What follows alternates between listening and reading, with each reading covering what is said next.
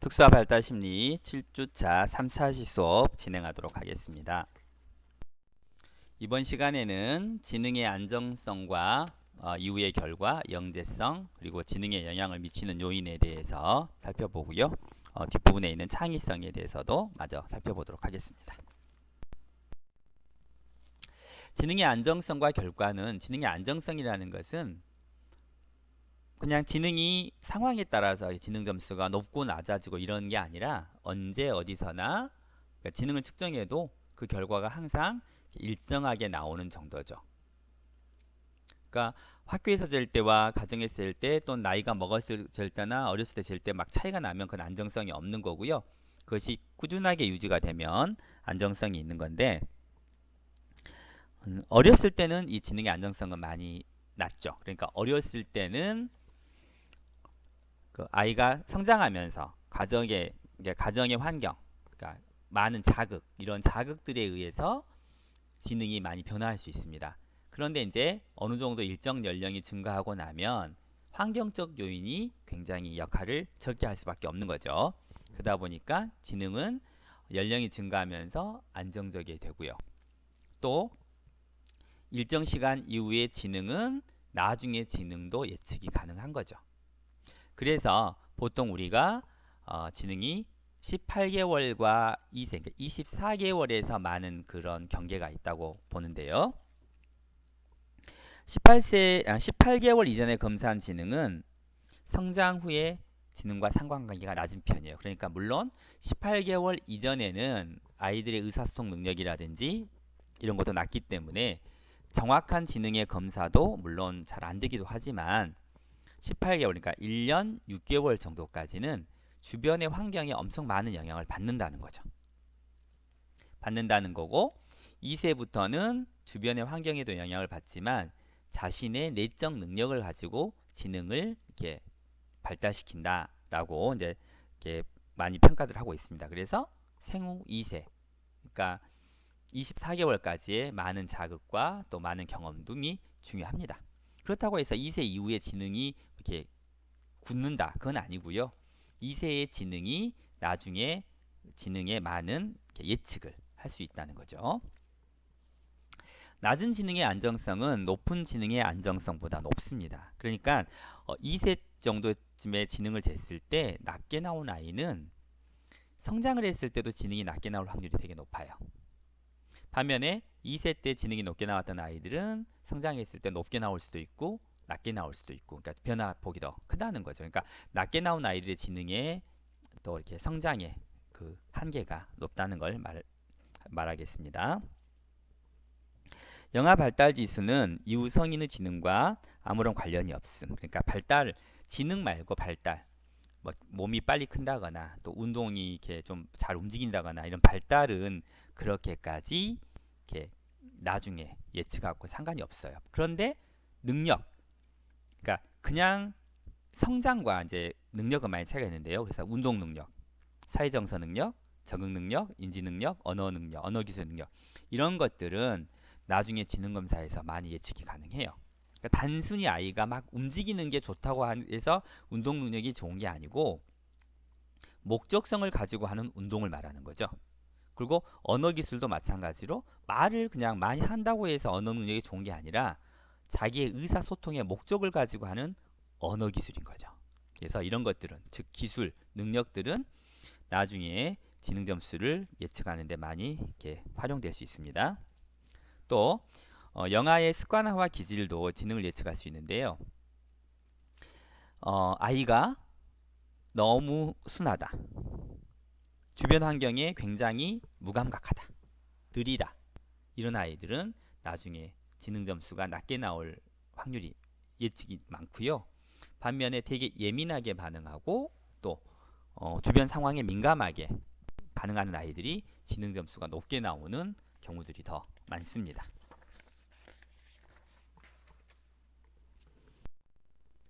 예측으로서의 지능을 보면은요, 학업성취와 지능은 역시 이 최초의 IQ 검사 자체가 학업성취하고 지능이 얼마나 관계가 있느냐, 이런 것들을 예언하고자 했고요. 유의미하다. 그러니까 상관관계가 높다라는 것이 이제 예상이 다 되는 거죠. 학업 성취와 지능은 그러니까 명확한 상관관계를 나타냅니다. 그래서 학업 성취가 높은 아이들은 지능 지수도 높은 경우가 많고요. 또 지능 지수가 높은 아이들은 또 학업 성취가 높은 경우가 대부분입니다.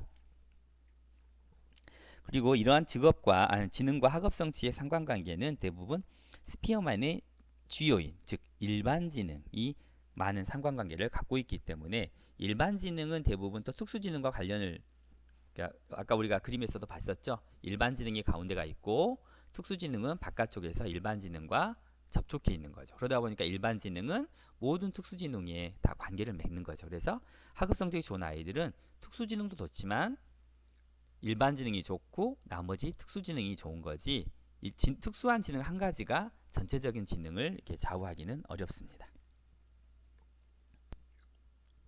그런데 이제 여기서 이제 우리가 해야 될 것은 무조건 지능이 좋다고 해서, 지능 점수가 높다고 해서 학업 성취가 좋다고 생각하면 이제 안 된다는 거죠. 왜냐하면 지능과 별개로 학업 성취에는 많은 또 요인들이 있다는 거죠. 그래서 문화적 가치, 지식, 사고 기술 이런 것들도 굉장히 지능과 학업 성취에 영향을 주고요.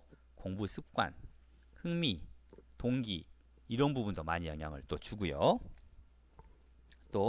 또 이제 그러기도 합니다만 또 IQ 점수가 높은 아이들이 성적도 좋고 평가 점수도 좋을 뿐만 아니라 학업 지속력에 있어서도 지능 지수가 낮은 아이들보다 훨씬 더 이제 학교에 적응도 잘하고 오랜 동안 학교를 다닌다. 물론 그것은 지능에 관련된 부분도 있겠지만 당연히 학업 성취 능력이 좋고 적응 능력이 좋기 때문에 학교 생활을 잘 한다라고도 볼 수 있기 때문에 그를 절대적이라고 생각하면 안 되겠습니다.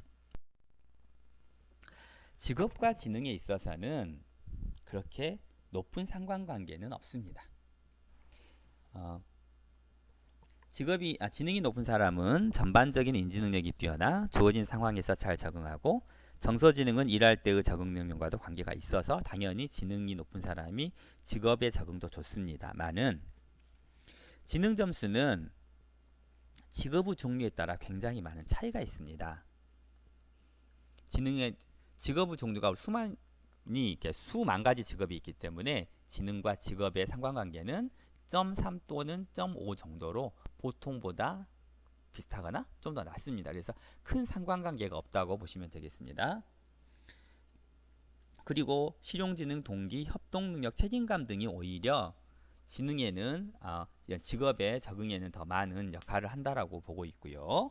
또 제도나 사회적 요인, 그러니까 직업을 유지하기 위해서는 나라에서 만든 여러 가지 제도, 또 사회적인 환경들 이런 것들이 오히려 직업을 유지하는 데 더 중요하지 지능이 직업 유지에는 크게 작용하지는 않는다고 합니다. 건강과 적응에는 이제 지능이 굉장히 많은 부분을 차지합니다. 그래서 지능은 육체 심리적 건강과 관계가 있어서 또 지능이 낮을수록 스트레스에 대한 대처가 되게 어렵습니다. 그러다 보니까 지적장애 아이라든지 우리 아이들인 자폐성 아이들이 이런 스트레스에 대한 저항력이 매우 낮고 그렇기 때문에 여러 문제 행동을 일으키는 경우들도 많습니다. 당연히 우리가 앞에 살펴봤듯이 정서지능이 좋은 아이들이 스트레스에도 대처가 높죠. 또 교육 수준이라든지 직업적 지위와 수입, 가정생활에서도 이런 지능은 함께 연관을 갖고 있고 또 전반적인 적응 능력도 좋다고 나타나고 있습니다.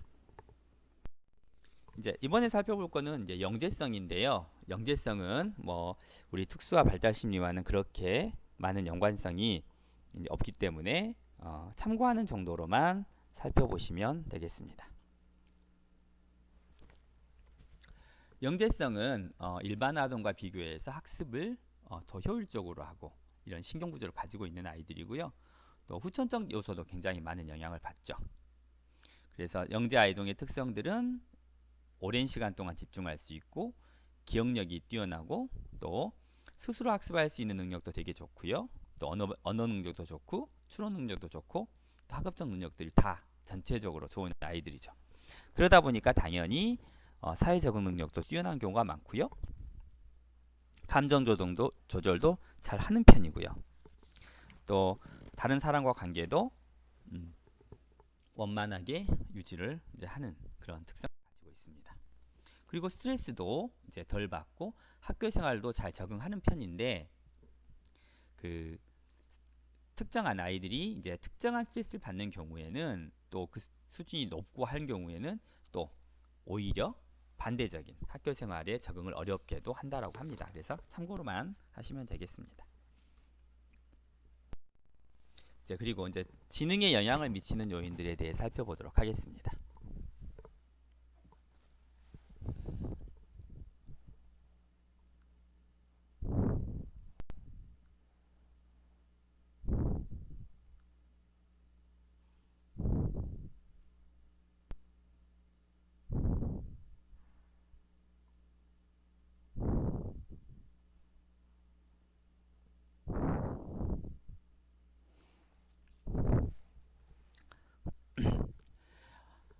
이제 유전자 요인은 서로 유전자 요인이 많이 공유될수록 당연히 비슷하겠죠. 그래서 쌍생아 즉 쌍둥이들은 가장 그 비슷한 유전자를 갖고 있고요. 또 형제간에도 많은 비슷한 점들을 갖고 있는 거죠. 그리고 또 환경이 이게 많은 영향을 줌에도 불구하고 또 성인이 될수록 나이가 먹을수록 더 비슷하게 나타나는 경우들이 많습니다. 그래서 쌍생아 연구를 즉 쌍둥이 연구를 통해서 보면은요. 같은 환경에서 자란 일란성 그러니까 똑같이 생긴 쌍둥이죠. 상관관계는 0.88 굉장히 높은 편이죠. 반면에 서로 다른 환경에서 자란 쌍둥이는 0.74 여전히 굉장히 높죠. 그거에 비해서 일란성 쌍둥이는 0.53 그러니까 보통 정도의 상관관계를 갖고 있는 거죠.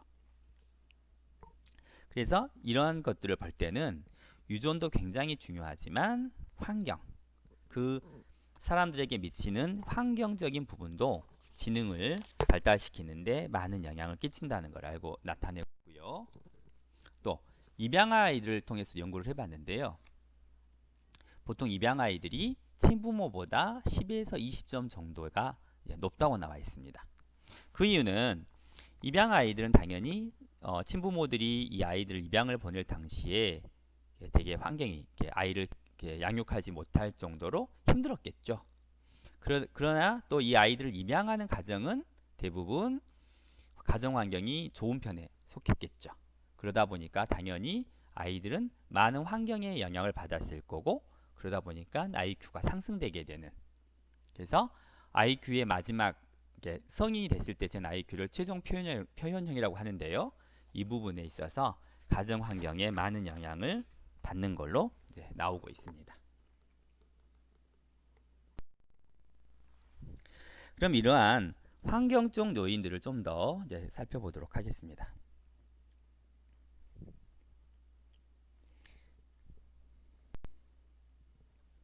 보통 우리가 이제 가정 환경과 지능에 영향을 할 때 가장 많이 보는 것들이 IQ 점수하고요, 수학, 그다음에 읽기 성취도 이 세 가지를 보는데 이것들이 대부분 정적 상관관계 그러니까 점수가 같이 높아지는 또는 낮아질 때 같이 낮아지는 이러한 점수를 나타내고요. 또 IQ 점수도 예측을 할 수 있습니다. 가정에서의 출생 순위, 학교 환경 등도 아동 지능에 영향을 미치는데요. 보통 이제 우리가 좀 더 빠른 아이들이 더 지능이 높다고 하고 또 반면에 여러 아이들일 때는 이제 막내 아이가 지능이 또 높다고도 많이 하죠. 그리고 학교 환경이 좋고 또 교사들의 행동에 따라서도 지능을 미치고요. 당연히 사회 경제적 지위도 높고 경제적으로 여유로운 곳 아이들이 지능 지수도 높다라는 결과도 나와 있습니다. 그러다 보니까 이러한 그 가정 환경이 많이 영향을 미치는데요. 이 열악한 환경의 노출은 이제 강도도 굉장히 중요하지만 기간 얼마 동안 오래 노출되어 있었느냐. 그러니까 어려서부터 쭉 노출되어 있는 아이와 굉장히 힘든 환경이었지만 잠깐의 기간 동안 노출되어 있는 아이를 비교했을 때는 오랜 동안 노출된 아이들이 훨씬 더 지적 IQ 점수가 낮게 나타나는 경우들이 많았고요. 또 종류보다는 수, 그러니까 여러 종류보다는 몇 가지가 영향을 미쳤느냐라는 것들이 훨씬 더 이제 중요합니다. 그래서 가정 환경에 다툼이 할 때는 이제 인지 발달, 어머니의 애착, 발달 장애 이런 것들을 다 함께 일으킬 수 있는 요인들이 많기 때문에 가정 환경이 굉장히 아이들의 지능을 발달하는 데는 그 결정적인 역할을 한다라고 볼 수 있습니다. 또 풀린 효과라는 게 있는데요. 바로 교육의 효과를 말합니다. 그래서 20세기에서 들어서면서 보통 10년에 IQ가 3점씩 높아지는 현상이에요. 문화의 진보가 인간의 지능을 높인다고 보는데요. 그래서 이제 그 뭐 예전에 보통 이렇게 말하죠. 요즘 아이들이 옛날 사람들보다 더 똑똑한 것 같다라고 많은 표현들을 하는데 실제 더 똑똑합니다.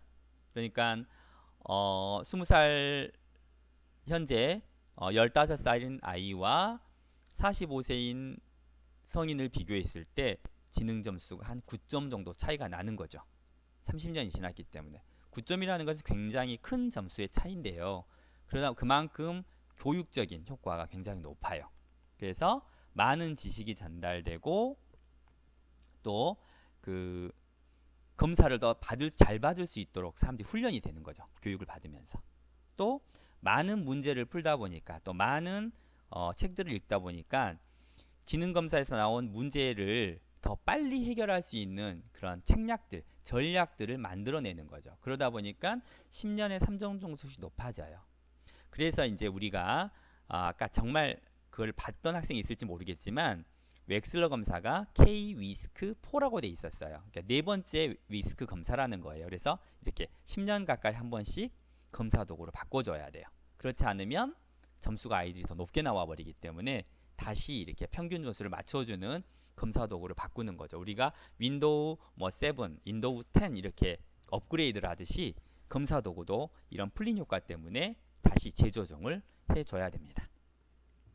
반대로 역풀린 효과라는 것도 있는데요. 점수가 90년대 중반부터 낮아지는 경향도 나타나곤 한다고 합니다만 현재는 이런 역풀린 효과보다는 이제 풀린 효과가 훨씬 더 많은 비중을 차지하고 있습니다.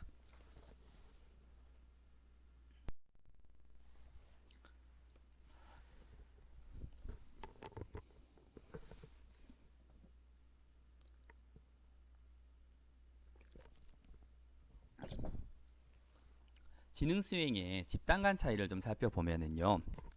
그게 이제 성에 따른 차이나 사회계층에 따른 이제 차이로 많이 이제 분류를 하게 되는데요.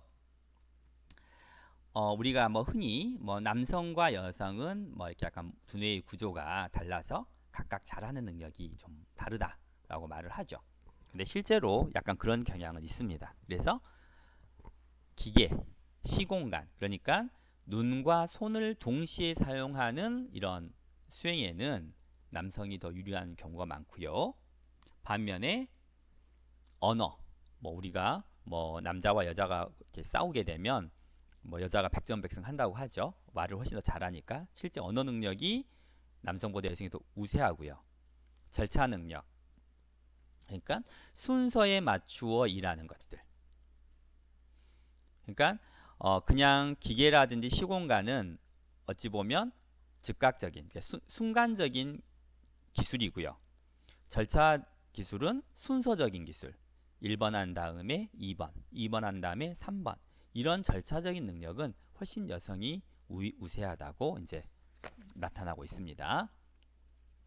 또 이제 나이와 성을 함께 비교를 하면은요. 어렸을 때, 그러니까 초등학교 저학년 때는 남자아이가 여자아이보다 이제 거의 차이가 없어요. 비슷하게 나타납니다. 그러다가 이제 10살이 넘어가면서부터는 발달 속도가 남자아이와 여자아이의 차이가 나타나는데요. 여자아이가 남자아이들보다 발달 속도가 더 빠릅니다. 청소년기에는. 그래서 초등학교 고학년 또는 중학교 1, 2학년 정도에는 여자아이들이 남자아이들보다 보통 지능 지수도 높고요. 또 발달 속도도 빠릅니다. 그러다가 이제 청소년기 이후에는 이제 여자아이들은 발달이 점차 이렇게 느려지고요. 남자아이들이 그때부터 빨라지는 거죠. 그래서 남자가 여자보다 높은 점수를 보이기 시작을 하는데 이제 결론은 이제 청소년기가 끝나고 성인기가 되면 남자와 여자의 그 차이는 거의 없고 거의 똑같은 상황으로 만들어지는 거죠. 그래서 약간 시기 차이, 남자와 여자의 발달 속도의 차이 때문에 약간 그런 경향이 나타나고 있습니다. 그것을 오해하거나 누가 더 남자나 여자가 더 어느 쪽이 더 월등하다라는 그런 의미는 없습니다. 사회계층 및 인종에 따른 차이는요, 인종과는 차이가 없어요. 흔히 유대인이 굉장히 지적 능력이 좋고 한국인이 지적 능력이 좋고 이런다고 하지만 그거는 이제 어떤 주관적인 판단이고요. 또 거기에는 민족 간의 그 교육열이라든지 어떤 시스템 차이겠죠. 근데 실제 검사를 해보면 거의 차이가 없습니다. 차이가 없고요.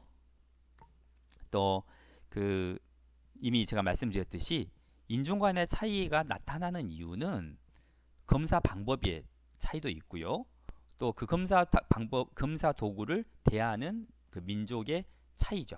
어떤 그 민족은 굉장히 수라든지 언어 교육을 많이 하는 경우가 있는가 하면 어떤 민족은 별로 그런 것에 이렇게 중점을 두지 않는 거죠. 그러다 보면 어떤 도구를 갖다 줬을 때 그 도구와 적합한 교육 관계를 갖고 있는 나라는 당연히 점수가 높게 나올 거고요.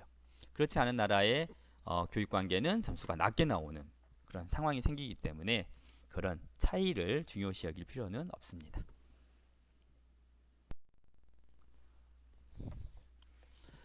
이러한 이제 지능에 있어서 조기중재와 부모중재는 되게 중요합니다. 아까도 우리가 말씀드렸듯이 18개월 정도의 아이들은 굉장히 나중에 지능을 예측하는데 감각이 높다고 이야기를 했잖아요. 그만큼 아이들이 태어나고 2세 정도가 되기 전까지 부모가 얼마만큼 아이의 발달에 영향을 미쳤느냐가 중요한데요.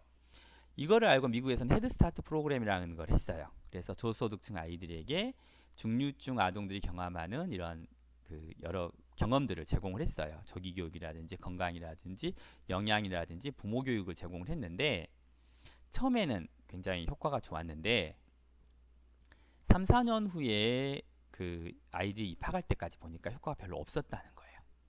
이거는 이제 이 헤드스타트 프로그램 자체가 계속적으로 3, 4년 동안 어느 한 집에 꾸준히 제공돼야 되는데 그러지를 못하고 그런 방법들을 제공하고 참여하는 방법들을 이제 주고 처음에 경험을 제공했을 땐 좋았는데 이 부모들이 그거를 계속 수행해 나가지를 못했던 거죠. 그러니까 실시할 때는 좋았지만 그 실시를 부모에게 맡긴 이후로는 실시가 되지 않으니까 그래서 효과가 별로 나타나지 못했고요. 조기중재 프로그램 중에 가장 중요한 말이 학습하기 학습이에요.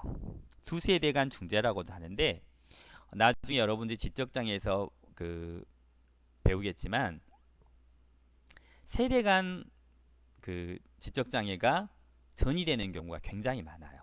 특히 부모 중에 엄마가 지적장애거나 경계성급 장애를 가지고 있으면서 가정환경이 취약한 경우 그 자녀들이 지적장애로 판정받을 확률이 굉장히 높다는 거죠.